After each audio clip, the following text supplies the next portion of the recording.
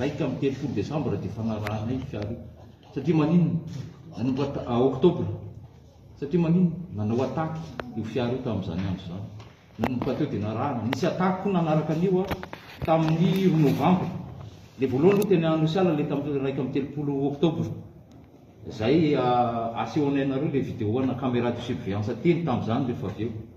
fa io tobily io dia hita tamin'izany ny ataky manaraka faharoa tamin'ny 2 novambra teny Akadikely ny fahatelo tamin'ny 14 novambra teny Bongatsara ny fahaefatra tamin'ny 7 novambra tany Amboropotsy Talatamata izay ataontsika hoe fanafiana mitondra fitaovam-piadiana ary tamin'ny sasany tamin'ireo dia mitovitovy daholo ny fomba fanaovany azy mitondra document fosika koa izy ireo zay hitantsika eto milaza fa Bianco ndray faharoa milaza fa avy amin'ny présidence manamarina ny mahafosika azy ireto cachet reto no hita tao anatin'ilay fiara zay nampitoviana tamin'ireo cachet amin'ireo document hita tao anaty tobila ireo fa ireo le cachet nampiasaina zay no ilazana fa fosika ireo tiako tenenana an'izay le hoe rehefa manafika zareo misy foana zareo milaza fa Bianco na présidence ahafahana mitsofoka ao anaty trano leola dia mamoaka basy dia manao ny fangalarana azy ataony eo amin'izay zareo izay zany ny zavatra nialoha tamin'ny fotoana 1 desambra iny tamin'ny 1 desambra amin'izay satria efa nisy andreo tamin'ny 1 novambra amin'izay satria efa nisy andreo dia narahana maso io fiara io hita ary io fiara io tena ambany dia tamin'ny 1 novambra talohany amin'ny 12 ora teo dia niantso anay ny agent de renseignement izay efa naparitaka ny mombamomban'io any io dia nanao interception izahay dia zay nampatonga ny fampitifirana teny andohan'ny Mandrosezy dia reny moa zany nivokatra nisy olona 5 maty telo tafatsoaka tamin'ireo olona reo zay mbola mitondra araka le fitenitsika anazy basy ahafantaraka anazy dia kalaky ny kôvy nisy ny fampitifirana teo dia reny nisy telo no maty 5 no maty telo tafatsoaka dia ao anatin'ny ankety tanteraka zay zao io misy ny olona telo zany zay efa voasambotra amin'izao ireto zavatra reto dia hita tao anaty fiara daholo finday ny taimbala misy flash disk ny basy sy ny document zay voalazako teo karapanondro fosika ireo karapanondro le olona fosika daholo ireo karapanondro ireo rehefa niverifena tany amin'ny intérieur tany ireo zany ny zavatra hitareo tamin'ny alalandreo nafanainanao nanainga ny ankety dia nahafantarana fa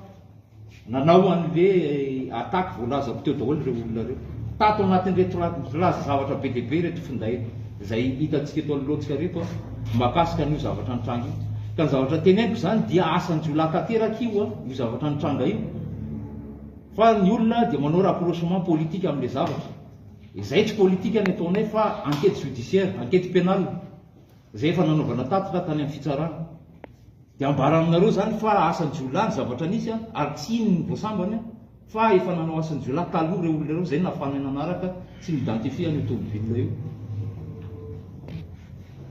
inona exactement zany toerana hoe tao anatin'le fanadihadiana dia tao ny toerana saika anaovana le teny andohan'ny Mandrosezy tsy nahitana rehefa manao rapprochement tsika voalohany aloha ny olona ray voasambotra ao dia olona ex-office mpitandro filaminana ex-office ny olona manao rapprochement ny tranona général ray any akaikaiky eny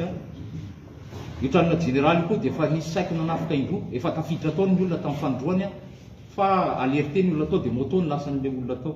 zay zany nafana manao rapprochement hoe tany le toerana manampy an'izay le zavatra voalaza ny ato anatin'ny findainy zareo reto ny communication any zareo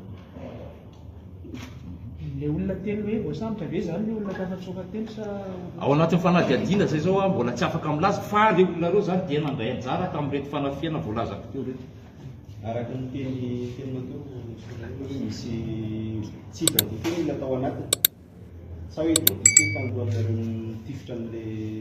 natoan'le nisy an'le fitifirana le fampitifirana jiolahy fanarahanay zany reo matoa zay mbola tsy afaka nanambotra tamin'le fotoana nisy an'reto ataky reto mbola tsy identifié tsara le olona fa ny agent de renseignement anay kosa nanome anay hoe iny le fiara hitanay le fiara misy olona ao anatiny zay mirombo fiadina ahoana ny afanay miteny an'izay satria caméra de surveillance eny afanay mamaritra an'izay hoe reo marina le olona rehefa azonay le ino marina le tomobila fa iny lasy iny dia narahana dia rehefa intercepté moa zareo dia teo ilay fampitifirana. Izy zany no nanome feu vert an'ilay type de suppression. Le Nanome feu vert an'ilay type de suppression. Sa hoe fampitifitra zay vao. fampitifitra araky ny lalàna hoe ahoana moa zany ny ahafahan'ny mpitandro filaminana mitifitra. Misy lalàna mahakasika an'izay. Ray légitime défense. Faharoa rehefa ajanona koa ianao ka tsy mijanona ary mampiasa fitaovam-piadiana izay nampiasainy zareo rehetra zavatra rehetra dia afaka mitifitra ny mpitandro filaminana. Rehefa jolako mitazona fitaovam-piadiana zay be dia be any efa hitantsika fa mamaly ny jolahy rehefa asena mijanona. Nisy resaka somme atao anatin'ny Misaotra anareo nametraka an'izay fanontaniana zay. Ny ray misy milaza fa nahitana vola tokoa tao, saingy vola madinika miparitaka ao anatin'ilay tomobile. Nahitana volamena koa tao, to zao dia volamena. Zay anareo ataoko sady no milaza fa ireto zavatra hitantsika reto tsombotsombo ty flash disk reto zavatra reto dia zavatra very tamin'ireo ataka le voalazako teo aloha teo. Izahay mametraka sady fa nandray anjara tamin'ireo ataka ireo le olona ireo satria hita tao anatin'ny fiara nisy an'zareo izay voalaza koa sy hitantsika fa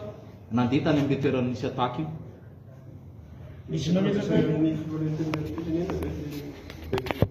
Sotranao nametraka an'izay atreto aloha dia milaza izay fa tsisy ifandraisana.